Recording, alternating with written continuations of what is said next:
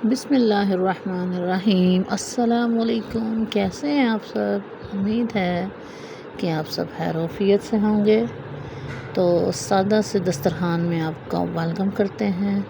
सादा से दस्तरखान में सादा रेसिपी आपका इंतज़ार कर रही होती है, तो आप प्लीज़ लाइक और शेयर ज़रूर कीजिएगा। आपके एक लाइक और एक शेयर से हमें मज़ीद वीडियो बनाने में मदद मिलती है, तो जो मोहब्बत करते हैं उनके लिए बहुत शुक्रिया। सादा से दस्तरखान में ज़बरदस्त एक रेसिपी न्यू स्टाइल में आपके पास हाज़िर है, तो आप भी ज़रूर ट्राई कीजिएगा। आप अपने घर में अपने प्यारों को बना के खिलाएँ और वो बहुत पसंद करेंगे। सो चले फिर हम स्टार्ट करते हैं इस वीडियो को। ज़बरदस्त सी रेसिपी है, बहुत ही सिंपल इंग्रेडिएंट्स इसमें डलेंगे और सिंपल सी, आपको पता है हम सादा सी रेसिपी बनाते हैं, तो आप इसको पसंद ज़रूर करेंगे। बकरा ईद में है कुछ दिन बाकी, तो आप लोग ट्राई कीजिएगा। आप इसको चिकन के साथ भी बना सकते हैं, आप इसको गोश्त में भी बना सकते हैं। सो मैंने चिकन में इसको रेडी किया है, आप इसको गोश्त के साथ भी बना सकते हैं। बहुत ही ज़बरदस्त सी रेसिपी है। तो प्याज मैंने 6 से 7 अदद जो है वो मीडियम साइज़ के, क्योंकि इसमें प्याज जो हैं वो ज़्यादा ही जाएंगे। ग्रेवी का सालन बनेगा तो प्याज जो है इसमें हमने ज़्यादा ही ऐड कर लिए। बारीक प्याज मैंने काट के उसमें 2 चम्मच के बराबर ऑयल डाला और इसको हल्के हाथों से गोल्डन ब्राउन होने तक मैं इसको पका लूँगी। जब हमें लगे कि हमारा प्याज गोल्डन ब्राउन हो रहा है, सो नेक्स्ट प्रोसेस आप साथ देखते जाइएगा। और प्लीज़ ये वीडियो देख के आप ज़रूर बताइएगा कि आप कहाँ से देख रहे हैं, ताकि मैं आपका थैंक यू कर सकूं। तो आपके प्यारे कमेंट्स का इंतज़ार रहता है, सो अपना कमेंट ज़रूर कर दिया करें और साथ छोटा सा लाइक भी ज़रूर कर दिया करें जी। तो ये प्याज 7 से 8 मीडियम साइज़ में मैंने बारीक काट लिए थे, जो कि मैंने कढ़ाई में ऑयल के साथ फ्राई करने के लिए रख दिए। ऑयल हम बहुत ज़्यादा नहीं डालेंगे। सो आप देख लीजिए कि मैंने 2 से 3 चम्मच के बराबर ऑयल मैं इसमें डाल के इसको हल्का सा हाथों से गोल्डन ब्राउन कर रही हूँ। देखिए अब इसका कलर जो है वो चेंज होना शुरू हो गया। अब जितना ऑयल को प्याज को जो है वो गोल्डन करने की कोशिश करेंगे, उतना ज़्यादा उसका ज़बरदस्त सा बनेगा फ्लेवर। लेकिन ये है कि इसका कच्चापन भी ना रहे, और इसके अलावा इसके अंदर बहुत ज़्यादा आपने पका के इसको जला नहीं देना, ठीक है। तो जब आपको लगे अभी इसमें 2 से 3 मिनट मज़ीद मैं इसको जो है वो फ्राई करूँगी प्याज को, ठीक है। ये अभी 2 से 3 मिनट मज़ीद इसको फ्राई कर लेंगे। इसका कलर जो है वो आपने गोल्डन ब्राउन रखना है, जलाना नहीं है, लेकिन बहुत ज़्यादा इसको कच्चा भी नहीं रखना। साथ प्रोसेस चिकन को मैंने तकरीबन 1.5 किलो चिकन था, उसको मैंने अच्छे से धो के उसको छोटे पीसेस में मैंने काट लिया था, ठीक है। और बारीक पीसेस में काट के अब मैं इसमें वो चिकन जो है वो ऐड करती जाऊंगी। चिकन को ऐड करने के बाद इसको हल्के हाथों से हम फ्राई करना शुरू करेंगे। आपकी जो चूल्हे की आंच है वो मीडियम साइज़ में होनी चाहिए। फ्लेम को जो है वो बहुत ज़्यादा तेज़ भी नहीं करना आपने और बिल्कुल स्लो भी नहीं करना। सो मीडियम साइज़ में आपने जो है वो चिकन को हल्के हाथों से इसके अंदर ही प्याज के फ्राई करना शुरू कर दें। देखें हमारा प्याज जो है वो ना ज़्यादा हमने गोल्डन किया है और ना बहुत ज़्यादा जो है वो कच्चापन जो है वो रहने दिया है। कच्चापन इसका बिल्कुल आपने दूर करना है। जितना ज़्यादा अच्छे से फ्राई होगा उतना ज़्यादा हमारे खाने को वो मज़े का बनाएगा।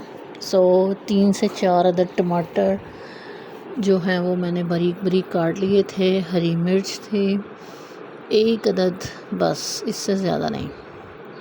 उसको मैंने बारीक काट के इसके अंदर ऐड कर लिया था। अभी मैंने कोई भी और मज़ीद स्पाइसेस नहीं डाले, सिर्फ़ यही 2 चीज़ें जो है ना वो मैंने इसमें ऐड कर दी हैं, टमाटर और हरी मिर्च, ताकि इसको हल्का सा भून लूँ, इसको थोड़ा सा पका लूँ। जब हमारे टमाटर गलने शुरू हो जाएंगे उसके अंदर फिर हम बाकी स्पाइसेस डालेंगे। सो आपने इसी तरह इसको फॉलो करते जाना रेसिपी को। तो स्पाइसेस मैं आपके साथ ऐड कर रही हूँ। देखिएगा, इसमें जाएगी काली मिर्च 1 से 1.5 चम्मच और नमक 1 से सवा चम्मच, यानी कि 1, और उसके ऊपर थोड़ा सा आप एक्स्ट्रा डाल लें। थोड़ा सा ज़ीरा है, सूखा धनिया है और हल्दी, बस। इससे ज़्यादा मसाले हम इसमें ऐड नहीं करेंगे। हल्दी इसलिए डालते हैं कि हमारी हंडिया का जो कलर है वो थोड़ा सा ज़्यादा प्यारा लगे। और इसमें हम रेड चिली बिल्कुल भी नहीं डालेंगे, क्योंकि काली मिर्च की कढ़ाई है, तो वो फिर हम सिर्फ़ और सिर्फ काली मिर्च ही ऐड करेंगे। आपकी चॉइस है, अगर आप इसमें 2 से 3 चम्मच दही के ऐड करना चाह रहे हैं तो आप कर सकते हैं, वरना इसको स्किप भी कर लें, क्योंकि सादा सी रेसिपी का मकसद ही यही है कि आपको छोटे छोटे से थोड़े थोड़े से मज़ीद बहुत ज़्यादा क्वांटिटी में चीज़ें ना हों, छोटी छोटी सी थोड़ी थोड़ी चीज़ों में आपको ज़बरदस्त सी डिशें प्रोवाइड करना। सो आप भी इसी तरह ज़बरदस्त सी डिशेस जो है वो ट्राई कर सकते हैं। एक तरफ मैंने थोड़ा सा लहसुन और अदरक का पेस्ट था वो भी इसमें ऐड कर लिया। अब ये देखें, इसको मैंने हल्की आंच पर दम पे लगाया था 3 से 4 मिनट। जब मुझे लगा कि हमारा चिकन जो है वो पानी छोड़ रहा है, सो इसमें पानी ज़्यादा ऐड करने की ज़रूरत नहीं होती। तो आपको अगर लगे तो आप इसमें 2 से 3 चम्मच के बराबर पानी डाल लें, वरना इसकी ज़रूरत नहीं होती। तो इसको जब हम हल्की आंच पे छोड़ते हैं तो चिकन और प्याज जो है वो अपना पानी छोड़ना शुरू हो जाता है, और अपना पानी छोड़ने उसी पानी के अंदर आपने इसको अच्छे से गला लेना है। और अगर आप ये कढ़ाई गोश्त में बना रहे हैं तो आपको गोश्त को पहले गला लेना है। तो इतनी छोटी छोटी चीज़ों का आप ध्यान रखा करें। अब ये जो है वो मैंने इसमें काली मिर्च वाला जो आपके सामने मैंने डाला था, ये देखिए कितना खूबसूरत सा कलर इसमें आ रहा है। तो खाने में ज़्यादा स्पाइसेस ऐड करने की ज़रूरत नहीं होती, तो खाने का जो अपना टेस्ट है वो बरकरार रहने दिया करें। अब ये देखें, इसको मैंने हल्के हल्के हाथों में इसको जो है हल्की आंच पर गला लिया था। अब मुझे लगा कि मेरा चिकन जो है वो बिल्कुल मुनासिब मिक़दार में गल गया है। इसको बहुत ज़्यादा नहीं गलाना कि वो मिक्स ही हो जाए, और ना ही इतना कच्चा रखना है कि वो टूटे नहीं।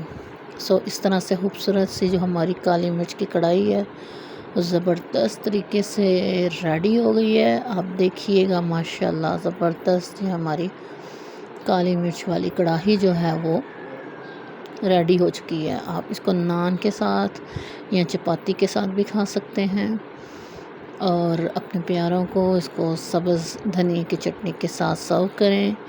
और ईद बकरा ईद पे तो आप इसको ज़रूर ट्राई करें, क्योंकि चिकन के अलावा ये गोश्त में भी बहुत ही ज़बरदस्त मटन और बीफ में भी बनती है। सो आपने भी ये ट्राई करनी है।